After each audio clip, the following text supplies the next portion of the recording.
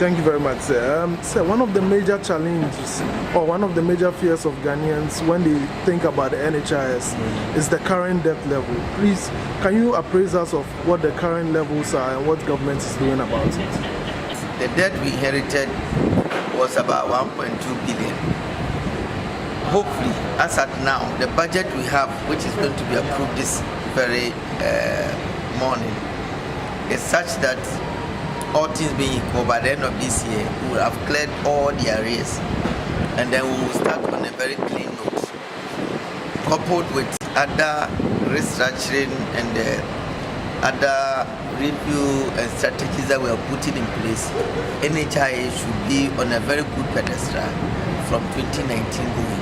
So we'll be able to be more efficient and effective, and also it will be self-sustaining financially.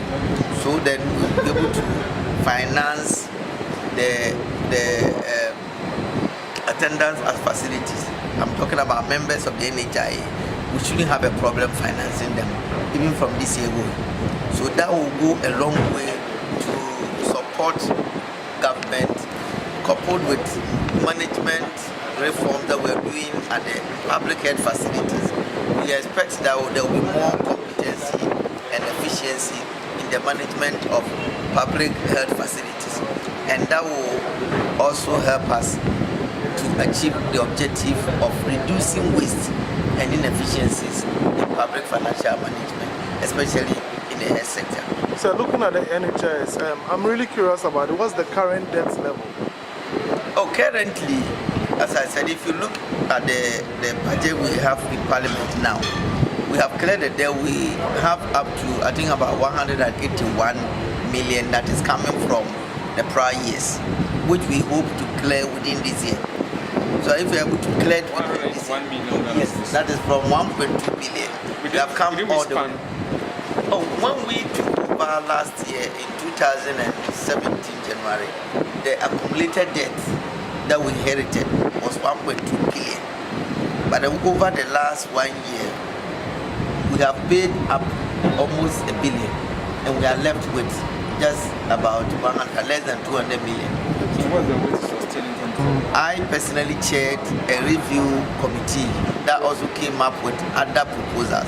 But because those proposals are in the form of a cabinet memo and it is before cabinet, because they have not been approved by cabinet, I don't want to go public with them.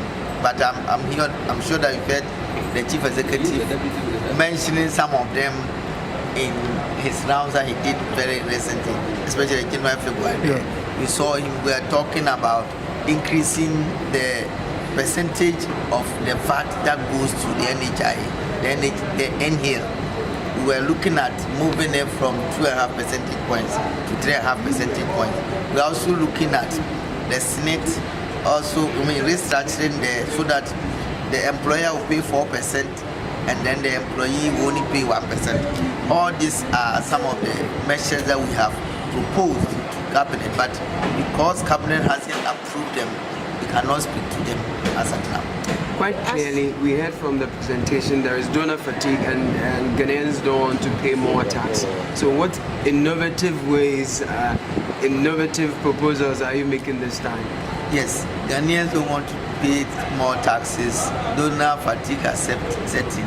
That is why we are also putting in measures to increase accountability. Because if we get high level of accountability and efficiency in the utilization of the scarce resources that we have, and what I'm talking about is reducing waste, then we are able to get so much out of the little resources that we have. So what are the measures? We have spoken about bringing professionalism. When you go to the public facilities, it will amaze you. You just take a glance at the Auditor General's report annually, and you see the kind of waste that goes on at the public health facilities. So if we're able to reduce it, in fact, it is believed that if we're able to reduce the corruption and also waste in public financial management by up to about 30%, we wouldn't need any donor support. We'll be able to manage our economy. And that is exactly what this government is doing.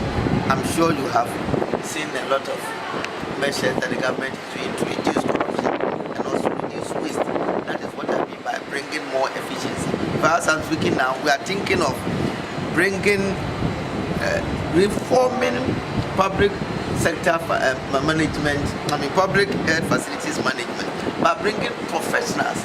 You see, you don't need to be a doctor to manage a hospital. If you go to the advanced countries, there are people who are professionally trained to manage health facilities. That is the kind of thing that we want to bring here. Right, thank you. Thank you very much.